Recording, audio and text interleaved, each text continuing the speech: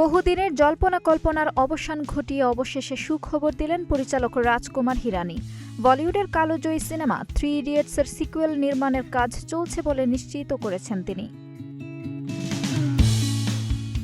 সম্প্রতি আমির খান সিকুয়েল নিয়ে ইঙ্গিত দেওয়ার পর থেকেই ভক্তদের মধ্যে শুরু হয় ব্যাপক আলোচনা। একই সঙ্গে গুঞ্জন ওঠে নতুন কোনো চরিত্র যুক্ত হতে পারে এবং সিনেমার নাম হতে পারে 4 ইডিয়টস। এমনকি নতুন চরিত্রে ভিকি কৌশলের নামও শোনা যায়।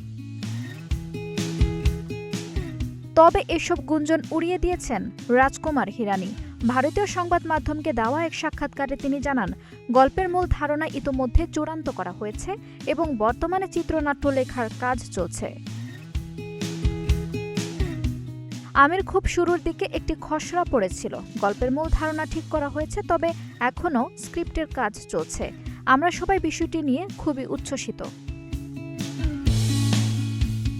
4 ইডিয়টস নামের গুঞ্জন নিয়েও কথা বলেছেন এই নির্মাতা। হাস্যরসের সুরে তিনি বলেন, এমন নাম তিনি দেননি, এটি সম্পূর্ণ মিডিয়ার তৈরি। তার ভাষায় কোনো চতুর্থ ইডিয়ট থাকছে না। সিনেমাটি 3 ইডিয়টস নামেই আসবে এবং গল্প এগোবে আগের ঘটনার প্রায় 20 বছর পরের সময়কে কেন্দ্র করে। এর আগে আমির খানও ইঙ্গিত দিয়েছিলেন নতুন কাহিনীতে আবারও দেখা যাবে রানজো, ফারহান ও রাজুকে। তবে নির্মাতারা তাড়াহুড়ো করতে চান না। শক্তিশালী গল্প পেলেই কেবল ছবিটি বড় পর্দায় আনা হবে। 2009 সালে মুক্তি পাওয়া 3 ইডিয়টসে অভিনয় করেছিলেন আমির খান, আর মাধবন, শারমান জোশী, কারিনা কাপুর খান, বোমান ইরানি, মোনা সিং ও আলী ফাজল। মুক্তির পর ছবিটি বলিউডের ইতিহাসে অন্যতম জনপ্রিয় ও সফল সিনেমা হিসেবে জায়গা করে নেয়।